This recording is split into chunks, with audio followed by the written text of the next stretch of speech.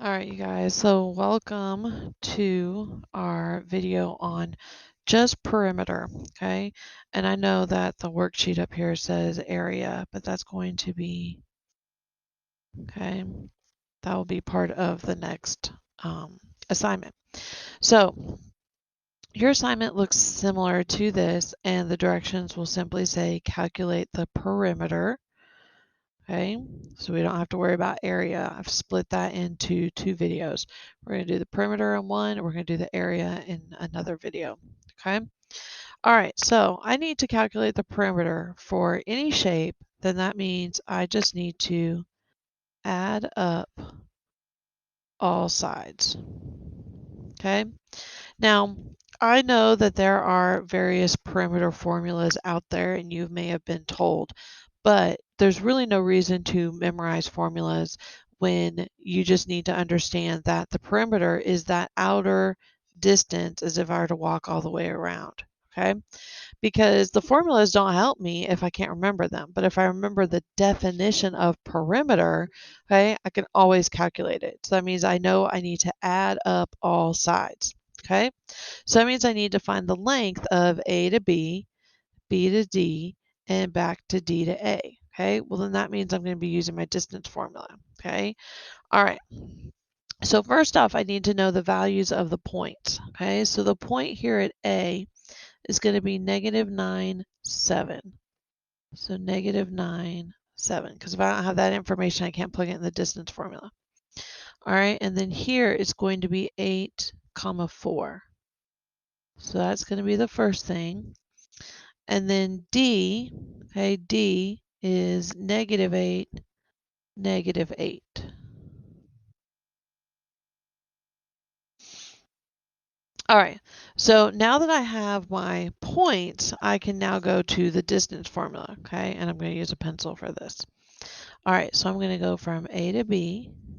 I'm going to go from B to D. Then I'm going to go from D to A. All right, so now I'm going to do the square root, okay? So if I'm going from A to B, I'm going to do 4 minus 7 squared plus 8 minus -9 squared. All right, and then I'm going to go from B to D, and that needed an extra parentheses. Okay, so now I'm going to do -8 minus 4 squared plus -8 minus 8 squared. All right, and then I'm going to take the last one. Okay, so now I'm going to do these 2 points.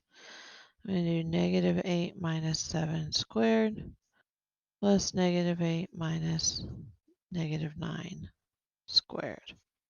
Okay. All right. And then once I have all that information, okay, I'm going to take my calculator. All right. And then the square root, parentheses 4 minus 7 squared plus 8 minus -9 squared. Okay. I'm going to round to 2 decimal places. So 17.26. All right, second square root. Now I'm going to do parentheses, -8 minus 4 squared plus, now I'm going to do -8 minus 8 squared. All right, and the measurement there is 20. All right, now I'm going to do the last side, parentheses, -8 minus 7 squared plus, and then -8 minus -9 squared. Now I get 15.03. Okay. All right. So now that I know that the measurement from A to B is 17.26. Okay. Actually, let me get a marker. So 17.26. The measurement from B to D is 20. And then the measurement from D to A is 15.03. So I know all three measurements, I can just add those up and that'll give me my perimeter. Okay, so my perimeter equals, so 17.26 plus 20 plus 15.03. So my total perimeter is 15.03. 0.29. Okay. Now, because we are dealing with the coordinate plane, I can't label it inches, I can't label it miles, because I don't know. So we use units in this case. Okay, so if we want to label it properly. Okay. All right, so that's our perimeter. I'll come back with one additional example just so you can see me work through it, but honestly, you're good to go. You're going to be doing the same thing in your assignment. You're going to graph it first, okay, just to practice our graphing, and then you're going to be finding the distance formulas of your shape, depending on what type of shape it is. Okay, good luck, you guys.